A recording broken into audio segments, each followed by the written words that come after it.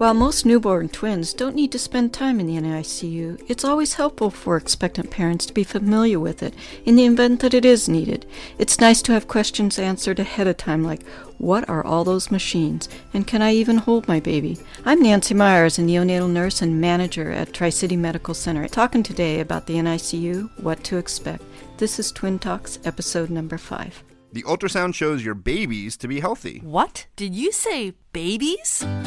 You're huge. Are you having twins? Are they natural? Which one do you like better? Twins, huh? My neighbor's cousin's brother's uncle's a twin. So can they read each other's minds? How do you tell them apart? Twins? You got a 2-for-1. Do twins run in your family? Double trouble. You're not having any more, are you? At least you're not Octomom. If you're pregnant with twins, or you're an experienced twin parent, odds are you've heard it all before. Now it's time to hear from the experts. This is Twin Talks, Parenting Times 2. Welcome to Twin Talks, broadcasting from the Birth Education Center of San Diego. Twin Talks is your weekly online, on-the-go support group for expecting and new parents of twins. I'm your host, Christine Stewart Fitzgerald. Have you heard about the Twin Talks Club? Our members get bonus content after each new show, plus special giveaways and discounts. Subscribe to our monthly Twin Talks newsletter and learn about the latest episodes available. And another way for you to stay connected is by downloading our free Twin Talks app available in the Android and iTunes marketplace. Are you interested in being involved with our show? We have a new virtual panelist program, and I'm going to turn to Shelly, our producer, to tell you about it. For those of you that are following along at home, there are a number of new ways to keep connected with Twin Talks. You can follow us on Facebook or Twitter. If you're following along the conversation on Twitter from home, just use hashtag TwinTalksVP to become a virtual panelist and participate in our discussions live. Before we get started, we've got some panelists in our studio today. So let's go around and learn a little bit about you. Tell us about your twins and how old they are and if they've spent any time in the NICU. So let's see. Let's start with Carolyn. Yes, hi. Yeah, my name is Carolyn. I'm 31 years old, and I am a stay-at-home mom to two beautiful girls, Lauren and Kyla. They are fraternal twins, 19 months old. They were born at 31 weeks, 5 days gestation, so they spent about 6 weeks each in the NICU and are now happy, healthy, rambunctious toddlers. Awesome. Okay, and we've got Shelly, our producer and panelist. Hi, Shelly. I'm 30. I'm a high school history teacher, and I have identical twin boys who are almost 15 months now, Grayson and Sawyer. And I was lucky enough to have them at 37 weeks, so we just spent your standard 5 days in the hospital, and they went home with me. Oh, awesome. And I'm Sunny, and I've got two little boys at home already, and one is 3 years old, and one is 17 months old. I'm pregnant with twin identical girls. I'm 31 weeks right now. I'm hoping to not go to the NICU, fingers crossed. I do have a C-section that is scheduled for when I'm about 38 weeks. So we're kind of pushing the envelope a little bit, but in my head, I have to have a date that's later or I feel like they're bound to come early. So I'm trying to hold off as long as I can. Yes, exactly. Hold on to them. My name is Molly Riffle. I'm 32. I'm a teacher, but a stay-at-home mom currently. I have two girls. I have a 2.5-year-old and a 6-month-old. I don't have twins, but my 6-month-old spent 80 days in the NICU, so I have a little bit of experience there. And as your host, my twins are 4 years old, and they're identical girls. And, you know, I did have a experience with the NICU, but it was very short. I ended up having a C-section. The first girl, baby A, came out. She was fine. The second girl had just a little bit of breathing problems, and so she was in the NICU, thankfully, just for a few hours. I'm grateful that it was there, and thankfully we didn't have to spend a lot of time there.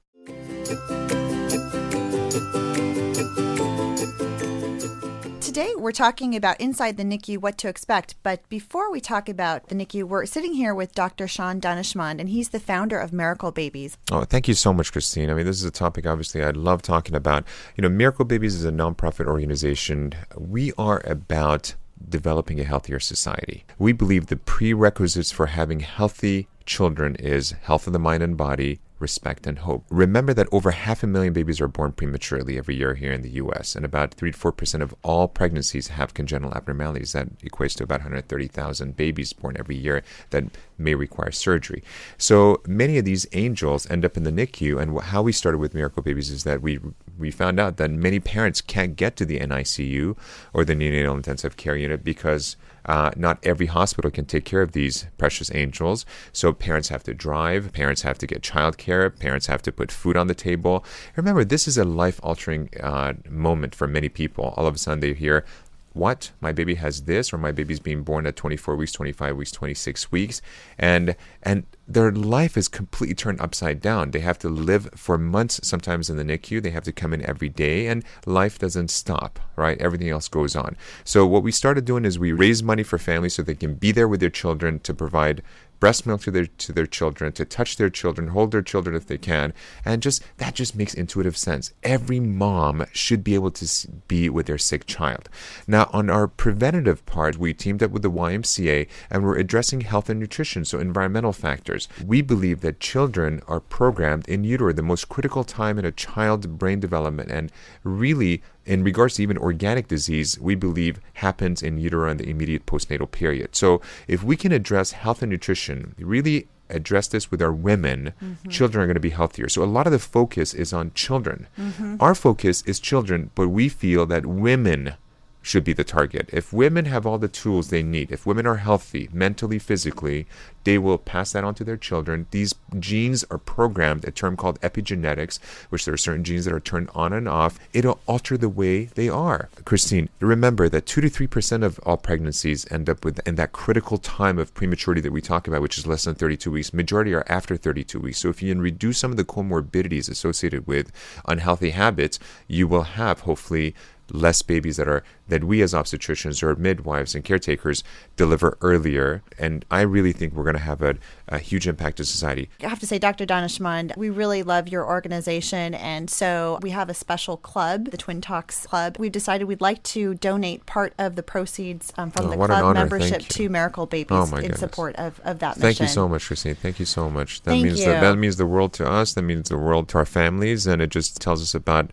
your involvement in the community, not only in regards to education, but social services and health and nutrition. So I really appreciate it. Well, thank you. Thank you. So today's topic is Inside the NICU, What to Expect. And we're talking with Nancy Myers. She is a neonatal nurse and a manager at the Tri-City Medical Center NICU. And she's been helping twin newborns and their families for, I think I heard, 36 years. That's correct. Wow. 36 years. That's amazing. So I imagine you've seen it all. Seen it all and seen the world of neonatal nursing and the care that we can give babies in the NICU, particularly preterm babies, just advance so tremendously. And it's constantly an evolving knowledge base and technology. We're never stagnant. We're always learning more and more about how those preterm babies develop and what they need from us in the world of NICU to help sustain a normal development outside the uterus. So it's an exciting field. So I imagine you've got so many more success stories now than you would have 30 plus years ago. Absolutely. Just with the development of a liquid called surfactant, which helps mature lungs in preterm infant, the ability to help babies born early and early has just constantly evolved and improved. When we talk about this type of care, I think statistically the newborns spending time in the NICU are the minority. How likely are newborn twins going to spend time in the NICU? Typically, we see about 1 in 5 twin births that need some sort of level of care in the NICU for a variety of reasons. Could be from prematurity itself, infections. Twins born between 35 and 37 weeks can still experience challenges with feeding and jaundice and breathing problems to some extent. So is there, a typical stay for twins that are not preterm, or for preterm twins? I mean, what's an average for stay? Babies born preterm? Typically, a lot of it depends on how early they were and how many challenges they have during their NICU stay in regards to breathing concerns, infections, feeding concerns. We used to say in the NICU and tell parents that kind of expect your baby to go home in and around their due date. We've kind of moved away from that because we think that sets an expectation for parents for either being too early or too late, working around that date can be a disappointment for parents if those babies don't go home in that time. So we look at other things and encourage parents to know that when their baby no longer needs extra heat, maintain their own temperature in an open crib, that they are taking everything by mouth and or breast. And they have no signs of infection. They don't have any more challenges with breathing or forgetting to breathe, which preterm infants do very well. Then we start to look at they're ready to go home. And a lot of times that is before their due date, anywhere from 35 weeks, what we call adjusted gestational age, up to in and around their due date. However, depending on the course of the babies in the NICU, it may extend beyond that. It just really depends on each baby. They write their own chapter. We don't. Now, I was thinking for our panelists here today who delivered preterm, when did your twins get to go home? Yeah, so my twins were born at 31 weeks, 5 days after I had been on hospital bed rest for a few weeks. So we'd gotten multiple courses of steroids to help with their lung development, and they ended up staying about 6 and 6.5 weeks each in the NICU. They came home. One came home on a Monday. The other came home on the following Friday. And we had been told by the doctors to expect plus or minus 2 weeks from their due date.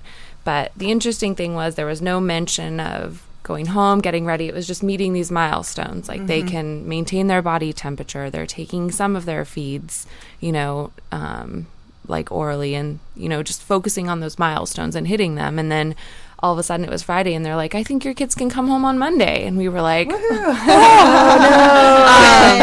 and then of course with twins, you do face the issue. I don't know if it's a blessing or a curse that they don't always come home on the same day.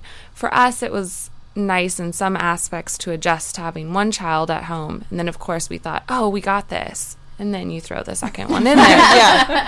Okay. But that was our experience, about 6 weeks. So they came home about 2 weeks before their due date. Oh, that's great. And so, okay, Molly, since we have you here, tell us about your experience. Well, my daughter was born, she was 7 weeks early. She was born with a heart condition and Down syndrome.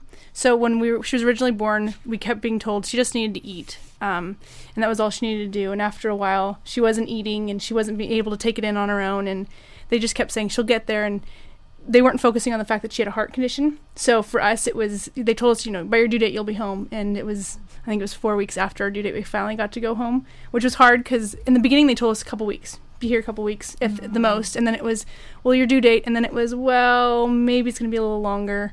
So it was it'd be nice if they didn't say due dates. Wow. It would be more of, So it sounds like that kind of the parents really need to have, open mind and be flexible and not be focused on a particular time frame to either be set up for disappointment or definitely.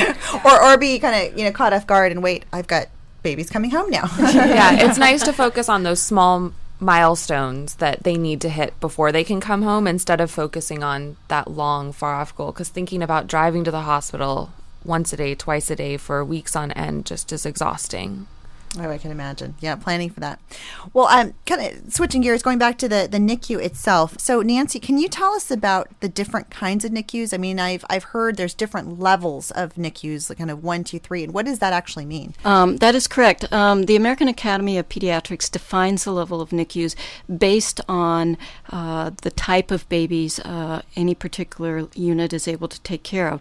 That's including how premature babies they're able to take care of, and what kind of staff is available to care for those babies. So, having in-house 24/7 neonatology, physician coverage, the level of training that all of the multidisciplinary team, including the nurses, have, the equipment that is available to care for babies in any particular NICU. So a level 1 is truly a unit that is going to take care of that normal newborn. or maybe a baby that is having some challenges in those first 4 to 6 hours transitioning from birth. And then from there, it does go up to and including a level 4, and that's units like our own Rady Children's Hospital here in the San Diego area, who care for the sickest babies. They're able to do the cardiac surgery, the babies that require the highest level of respiratory support. We at Tri-City are a level 3, meaning we keep babies that are born as early as 26 weeks. We have the training, the staff, and the technology to do that. We always partner with either UCSD or Rady Children's Hospital if a baby is in need of surgery, or the cardiac babies, babies requiring any sort of subspecialty support that our regional centers can provide in this area. So it sounds like, for our listeners, across the country, and if let's say their local hospital has a NICU that's a 1 or 2, and for some reason they find that they need to have maybe a higher level of care, so would that mean then that their baby might be transferred to another institution? That's correct, and that just compounds the experience that the parents are now having with having a baby in the NICU. Not only is the baby in the NICU, but now it's in a NICU much farther away from a recovering mom and home and family support. So that's just an additional challenge for that family. Right. So can you tell us about some of the equipment that we might see? Because I know for someone walking into it for the first time, it might be a little bit overwhelming. So what would we see, and what is it used for? It's not a little bit overwhelming. It's very overwhelming. I think all of our moms here can attest to that. We're a unit that relies very heavily on technology. Our babies can't speak to us in words, so we rely on not only on our own knowledge and education and training, but that of equipment as well, and to provide an additional insight as to what's going on with that baby. So there's cardiac monitors that all the babies are on. There's various types of isolettes that provide not only the warmth environment that particularly our preterm babies need, but also a developmentally appropriate environment to keep them away from the noise and the light that is so impacting to their developing brains. We rely on, IV pumps to deliver fluids and medication. And keep in mind that every piece of technology we have has an alarm with it that helps tell us if that baby, needs an intervention or something might be going on that we need to be alerted to right away.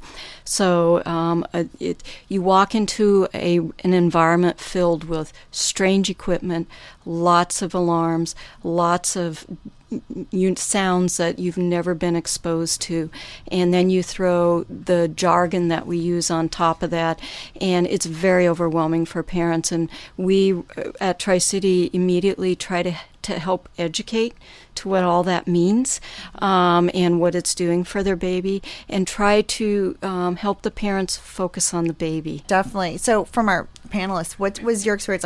Walking into the NICU for the first time, what were your thoughts? Since I had been hospitalized beforehand, we chose to take a tour, and we got to meet with some of the NICU doctors and nurses and kind of get a feel for we were at UCSD, the different zones of the NICU, and they purposefully did not take us through the area where the sickest babies were, because that doesn't make you feel any better. And, just kind of got us familiar with some of the different machines and, what would happen. Your babies are going to be born, and then they're going to be worked on here, and then they're going to come here. So we had some understanding of what was going to happen before we went into it. But still, the first time you go down there and they're, heart rate monitors and oxygen monitors and temperature monitors and IVs everywhere. And it's very difficult to just have those, newborn snuggle moments with your baby with all these cords everywhere. And, we were lucky that at least one of my daughters we could hold right away. And that's another complication that people have, is not even being able to have that contact with the baby as soon as it's born in the NICU. But you slowly get used to what all the beeping means, and it does help learning what everything is, and then focusing on, not just sitting there looking at the monitor, scanning their heart rate and everything, but just focusing on how does the baby feel? Do you feel them breathing? Do you feel them, relaxing and doing things like that really helps a lot. Mm-hmm. Yeah. We didn't actually get to see the NICU before we had our daughter because we were told that we'd have a regular birth and she'd be no complications, no problems. And so when we were told she was going to be in the NICU, and I first went down there, it was like 4 hours after I'd had her. It was a shock. I mean, in the NICU we were in, each child had their own individual room, but to go in and hear all the noises right away and see your child hooked up to everything was just heartbreaking. And then seeing all the other babies who are, smaller and in more need than yours, it's very, very traumatic, like very scary. And the noises still being in the hospital, the noises are just, your heart starts racing. It's like, oh, I know that noise. Oh, I know, it's definitely a tough thing to experience. Wow. And I guess also just seeing all the people going around and, working on the babies, I think, what does that mean? And so speaking of all the caregivers, in the NICU, I know there's a lot of different people that are giving care with different roles. I mean, who are they and what are they doing? There's a tremendous amount of healthcare providers that bring components to the care of babies in the NICU. We always say it takes a village to take care of babies in the NICU.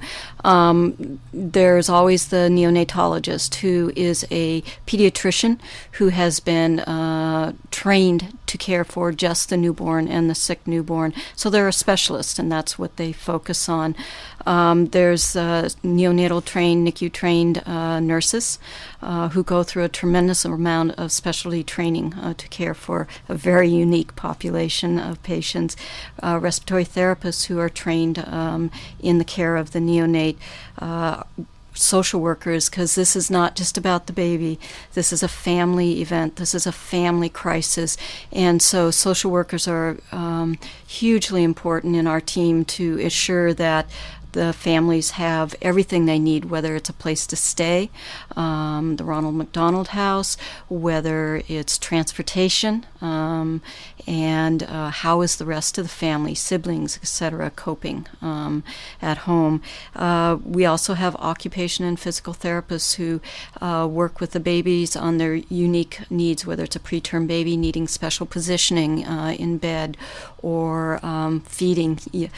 Feeding is a huge milestone, as you talked about, for those babies going home, and so that's a very, very big focus. Once that baby is no longer critically ill and has gotten past their breathing and their infection and all those things that they can encounter, then we settle down to teach them how to eat, and it can be a very slow patient racking process, but our goal is always to move those babies hopefully into exclusive breastfeeding before they go home, and so we rely very heavily on our occupational therapists to help us through that, and last but not least, our lactation specialists, and helping with that all important, as we call it, liquid gold, that breast milk and establishment of that, and then establishment of breastfeeding. Oh, that's great. When we come back, we're going to talk about how the twin moms can provide breast milk to their babies in the NICU with the help of those lactation consultants.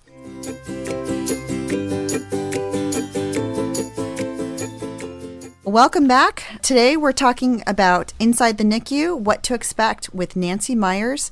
And our discussion continues as we look at how moms can provide breast milk to their twin babies and how parents can bond with their newborns.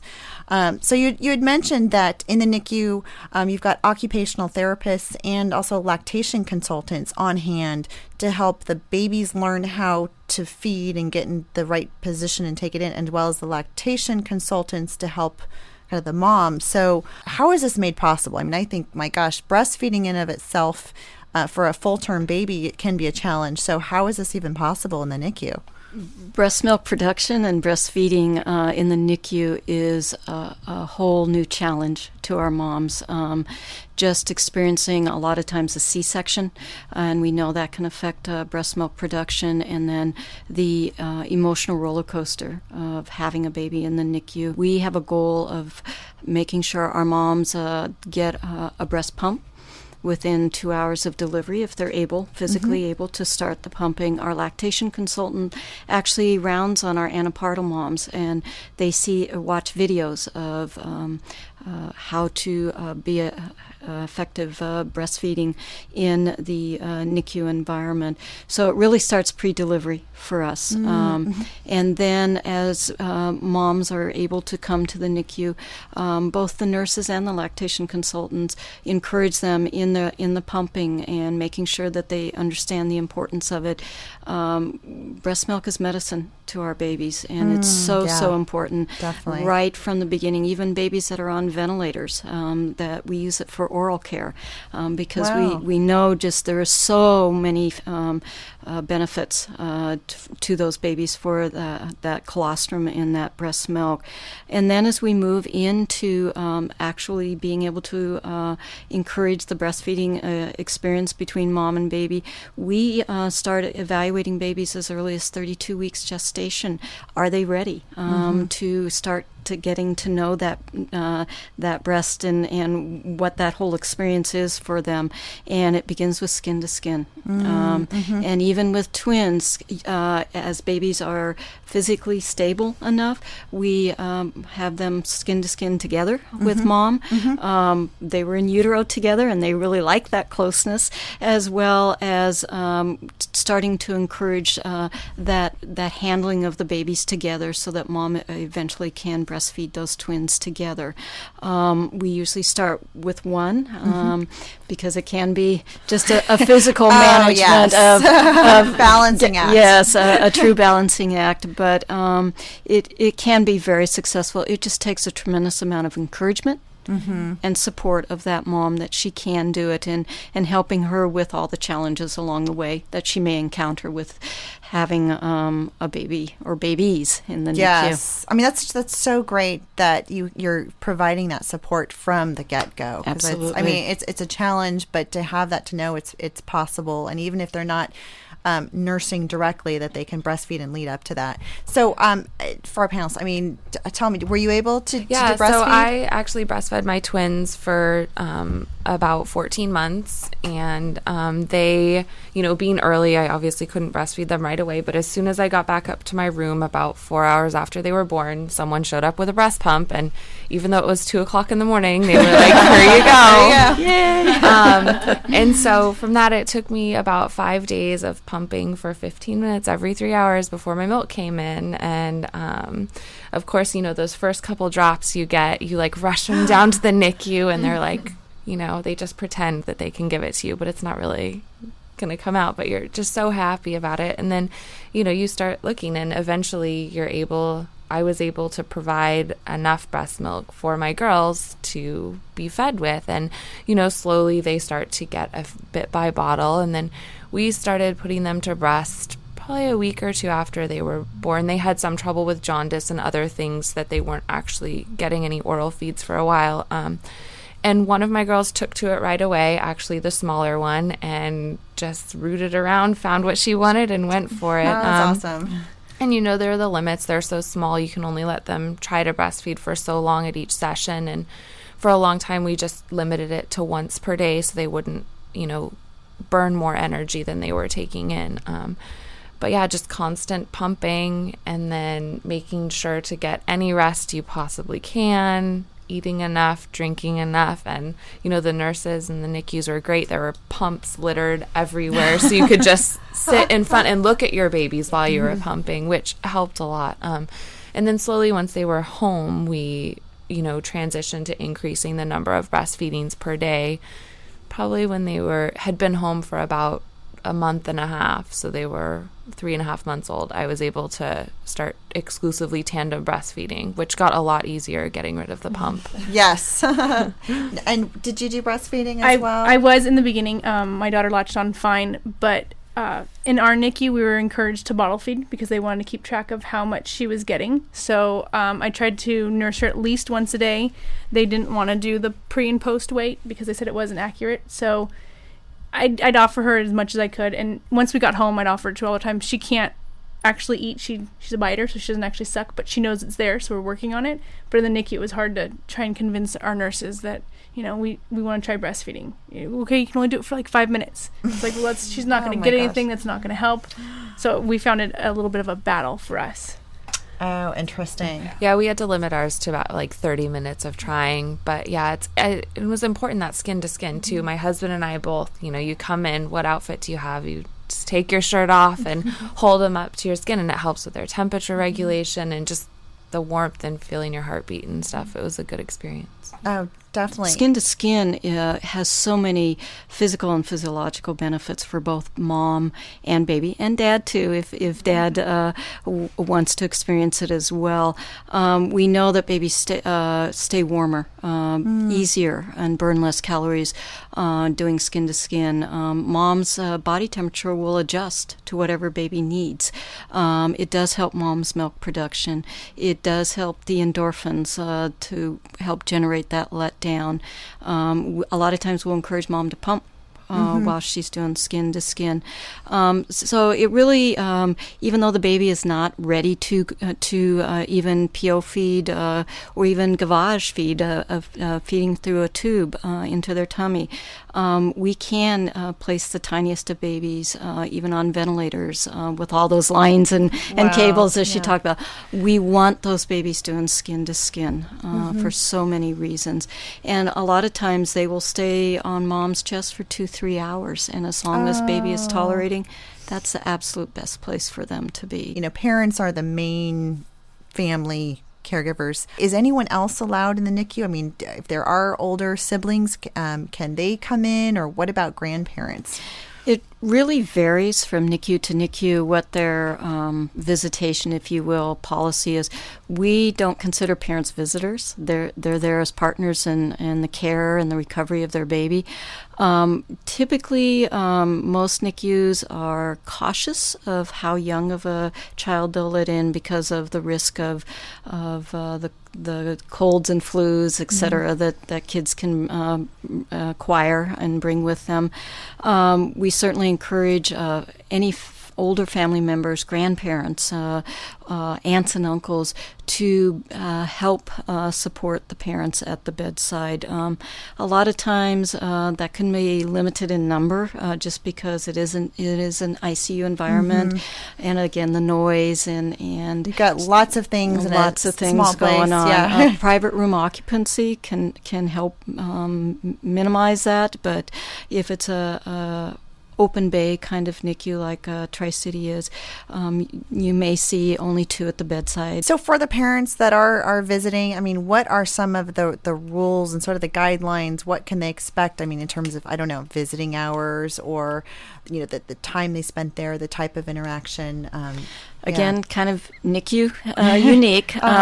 We encourage parents to be there as much as they possibly can with mom recovering, with other siblings at home 24/7. Now, that doesn't mean necessarily be there 24 hours a day, but our doors are always open so that any time of the day and night they want to come and be with that baby, help care for that baby.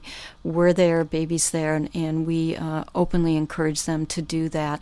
And again, it might at the beginning be very minimal what they can do, just touch time, maybe some skin to skin, but we encourage our parents and support our parents, and gradually as that baby gets better, to become more actively engaged in the care of that baby, from diaper changing to anything and everything their babies need from them as a parent. Well, thanks so much, Nancy, for joining us today. And for more information about Inside the NICU, what to expect, or for more information about any of our experts or panelists, visit the episode page on our website. And this conversation continues for members of our Twin Talks Club. After the show, Ms. Myers will tell us about how parents of newly admitted babies in the NICU can keep their sanity. So for more information about the Twin Talks Club, visit our website, twintalks.com. Today on our annoying comments people make to twin moms, we have Jamie in San Francisco. Jamie says, I have fraternal boy-girl twins. Yesterday, I almost smacked this lady for being so ignorant. She was telling her son, while pointing at my babies, look, son, that's our future right there. Those are cute boys. Are they identical? I say no, they're a boy and a girl, not two boys. Not to mention, my daughter was in a pink dress. After I tell this woman that it's a boy and a girl, she had the nerve to say, well, she would make a cute boy. Really? It took everything I had not to call her the names I wanted to. That wraps up our show for today. We appreciate your listening to Twin Talks. Join in on the discussion by posting your comments on the Twin Talks Facebook page or calling our voicemail at 619-866-4775. And don't forget to check out our sister shows, Preggy Pals for expecting parents and the Boob Group for moms who breastfeed their babies, and Parent Savers, an online support group for new parents. Next week, we're going to get tips on creating a routine for your newborn twins. This is Twin Talks, Parenting Times 2. This has been a New Mommy Media production. The information and material contained in this episode are presented for educational purposes only. Statements and opinions expressed in this episode are not necessarily those of New Mommy Media and should not be considered facts. While such information and materials are believed to be accurate, it is not intended to replace or substitute for professional medical advice or care, and should not be used for diagnosing or treating healthcare problem or disease or prescribing any medication. If you have questions or concerns regarding your physical or mental health or the health of your baby, please seek assistance from a qualified healthcare provider. New Mommy Media is expanding our lineup of shows for new and expecting parents. If you have an idea for a new series, or if you're a business or organization interested in joining our network of shows through a co-branded podcast, visit newmommymedia.com. Hey mamas, don't forget to check out Mighty Moms. It's our online community built for new moms just like you. Not only can you connect with other moms, but you can also join us backstage for special mom-only online events. And you'll also be notified when we're recording so you can join us as a special guest. Visit our website, newmommymedia.com, and click on the Mighty Moms banner. It's free. That's newmommymedia.com. See you there.